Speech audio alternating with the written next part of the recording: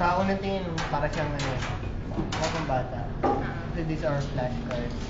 If you watch Ghostbusters, sa Ghostbusters ginagawa, Ginamit, sila ESP cards, di ba? These are ESP cards. ESP ay sabihin extra sensory perception. The goal is para malaman kung gaano ka galing ESP or mind. Mababaw lang yan. Mataas nga pag may intuition, tawag doon may intuition. We have different symbols. I have the same set. Okay? I want you to take those facing you. No, mapakita sa akin. Okay? And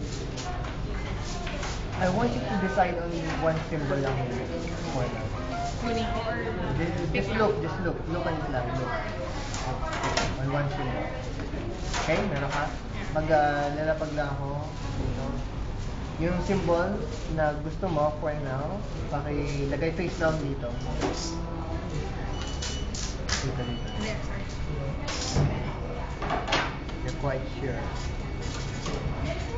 So, dapat may matitira tayo. Plus sign, meron kang plus sign dyan. Pakilapag. And meron ka rin baby line. And meron kang circle. Oh my God. Ay.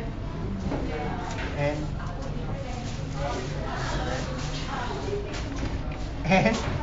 I mean, free choice naman yun, di ba? So, sabay tayo, maganda. Tayo. Galing. Ibig sabihin nun, may ESP ka.